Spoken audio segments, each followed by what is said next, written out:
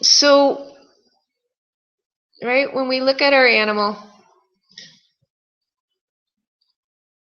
and this is really a cornerstone to animation drawing, or if you just want to draw something quickly, we just look for the shapes. So part of it that we've been learning is we can look at how could we look at an object, you know, sitting it inside some lines, right, that touch the top of his head.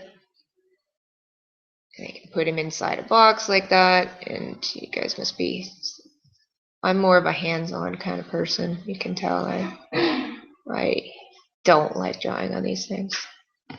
Give me a paintbrush. I prefer it.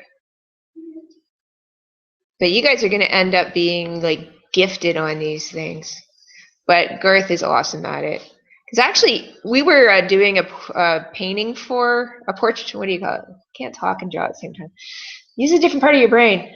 But we were making a poster, and we thought that the painting, the digital painting he gave us, was painted by hand. And he's like, "Oh, thank you." Right, are you sure this is digital? Yes, it is. He's literally, so he's going to be teaching you guys on the weekend how to, you know, control the brush strokes and make it really look as if it was painted by hand. So what we've done here is we put it inside a box, right? And now I could say, hey, I want to be able to, you know, color this in, right? I look at this negative space here. Woohoo. I can see that basically it's a triangle, right? So that's one of the things. When I look at the outside edges that touch this guy, I can say, okay, if I look at it from that point of view, I see that there's a bunch of triangles around him, right? Oops, got to go back to the pencil. And I could look for those negative spaces. That really, I could just cut out a bunch of little triangular shapes and I've got it, right? So that's one way to create a drawing. And then down here, I've got a little rectangle. So, oops. You see that? So I'm just cutting away out of my box that touches the edges, triangles, and there's a little triangle here. Switch tools again. All right. And a rectangle at the bottom, and I've got my basic thing. And I can see if I look for my center lines, right? Center looks about there. And so what you're doing there with either your plexiglass, this is as if I drew it on plexiglass with my markers, right?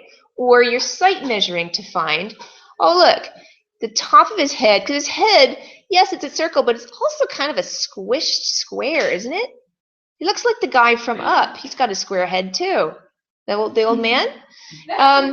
So, you know, when I first looked at it, I go, oh, he's a bunch of circles, but actually he's kind of square-ish head. Isn't he the cutest? I just love this guy. And if I take the center of basically he fits inside pretty much well, it's a bit rectangular, but almost a square, right? And weirdly enough, he looks different up there than he does on my screen. He looks a little bit stretched on the screen that you guys are seeing. So if I draw my vertical center, I can see, well, his one eyeball is on the center line, and the kind of in between his foot and his hip here, right, his thigh. So that's that center. And then if I look for my horizontal center, right about there, what lines up with halfway? Well, his beak's just above it, his eyeball's just above it, right? And then I could say, okay, let's look for shapes now. So one way, so what we did, we found the proportion of the rectangle he fits in, right? And then what did we also want to do? How big is the body of the cat, right? So I would say, okay, well, the head is pretty dominant for this owl, isn't it? It's like all face. So how big is this oval here of his head compared to the oval of his body? Roughly equal, but it's slightly bigger, right? So we find an oval.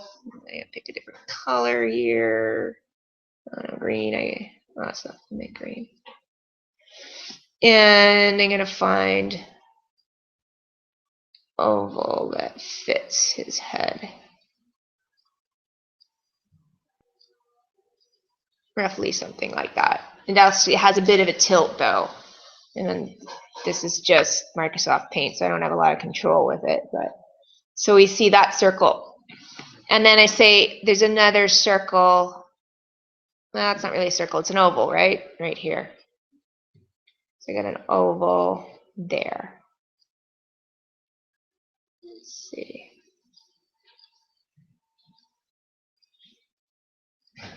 There's a little bit of an overlap. If I had a better drawing program, I could tilt these ellipses more, right? And that would help look at that. And there's also an overall oval, which, because I'm just going to draw that with maybe another color, maybe dark blue. So I need a thicker line. Can't see that.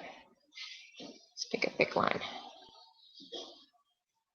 This overall oval here that the whole bird fits in, right? I cannot draw on these things, Garth. Where are you? Okay, right? So he's kind of an egg shape in a way. And you see that he's got this center. Let's find another straight line. He's got a bit of a tilt, right?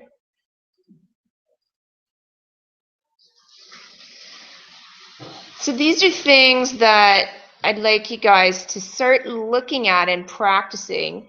So this is one way to look at it. It's sort of like geometry, right? We find what's the proportion overall, right? Height to width.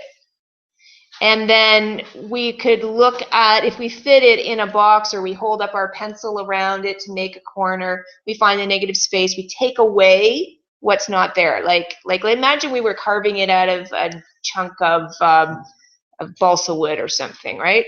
I'm going to take away this triangle, I'm going to take away that triangle and those two triangles. Then I look to see, what proportion the major element is compared to another major element. I want to get a sense of what's the angle. Do you see we have a center line through this thing in general as far as the tilt of this oval. And so we can look at things really basically. So when we're finding, like we're searching and finding, we don't want to draw the contour yet. And that's one reason why we're using this really light color. So it's to find the structure and the shapes and the proportions before we're attached to any nice line we drew.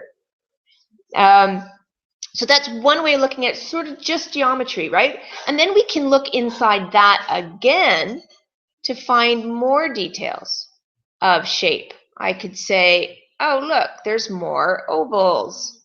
I've got an oval here for this hip, and I wish I could tilt this darn thing because it's tilted, right? I got another oval here. I don't know, it's hard to see those. For this part of his wing, and there's one for his chest, and there's one for this little wing I see there, and then there's little ovals for the legs. You could even draw little ovals that the claws fit into, right? So looking at overlapping ovals. And then you can look at the face in that way too. And this is something we're going to practice more tomorrow. And we're going to, I guess we're lucky, we get to have Rocky visit us. So we're going to do it by vision, like just photos first. And then we'll look at a real dog and do it. That's so nice. We lucked out there. Now, another way we need to look at animals and people, etc., is finding their center lines, like their median lines. And so that's important too. So I'm going to pick a strong color. We could see maybe the red. And what do we have here? So this is something that David was talking to you a bit about. So not only do we, this is looking at what the approach we took here is fairly geometric, right? Just what's the proportion, where are the shapes? It's not really thinking about the center line and the volume of this owl or the cat we were looking at. So there's other ways that we're going to be practicing is considering the median line, which means the center line, and what shape that is, what angle it is, and then how the eyes relate to that. So if I look for example, the center line of the face, even just as a straight line, right, down, what's the tilt of his head? And the tilt of the head is so important to a character, right? Or like for you Christian storyboarding, somebody cocking their head often means they're curious, right? When your dog, when it looks at you and goes, huh? You know, it turns its head a little bit. So that's important to convey something, right? Or even, you know, you're putting an ad together, you got an ad campaign and somebody's holding a product. What's their attitude towards the product? The tilt of the head's important. So finding the tilt of the head, and I think I'm a little bit off there, the center line of the head. And then the eyes are always at a right angle to the center of the face. And you can play with that and make it not on a right angle, and then it makes the character seem shifty. There's something you don't trust about that person, right? So this should be a right angle in here. Now that's, again, fairly geometric, straight. But are things really flat and straight, unless they're SpongeBob, maybe, but this owl is not. So do you see how the straight line doesn't quite work? It needs to be an arc. So I should draw that as an arc, right? I need to practice drawing on this thing. So the center line of the eyes arcs around. The center line of the face arcs around, right? So those are things that maybe when you go to life drawing tonight and you want to just, you remember how David Caesar taught you this morning the shape of the head, right? The center line, the curve of the eyes, because our faces are not actually flat. Maybe when you're looking just straight on in the mirror, it might look that way, but, and it depends on the animal, how curved their face is, right? So we find the center line, the median line of this animal. So you can see, because owls really can turn their heads like 360, right? Where's the median line, do you think, of this owl? So we're talking the center line of its torso, its anatomical center. Where is that? Where do you guys think? Can somebody point on the projection up there on the wall? Ah, there's a clever way. Yeah, somewhere in there, like probably right about, because his feet are here. There's a little divide in his tufts. I'd say it's probably the center line, something like this. So that we've got visual center of this overall oval, but his anatomical center is going to be here, right? So that's something to keep in mind when you're doing your life drawing tonight, if you're going to that class with Garth. Right? So if you can, so you're often going to want to find where's the center line of the body tonight, or on either the spine or that divide down the middle of the torso. Locate where that is. What angle is it on? Right? Where is it? So these are ways to look at figures. So let's go back now to looking at the cat. Now that you've seen this should help you. So avoid the temptation to draw a contour. Just get the shapes in first and their relationships to each other. And one of the things I want to draw your attention to here, when you're looking at the cat's body, you're going to find an oval or a circle, depending on your point of view. And you're going to find the relationship of its head to its body, right? So here we see we have this, the oval of the owl's face and head here.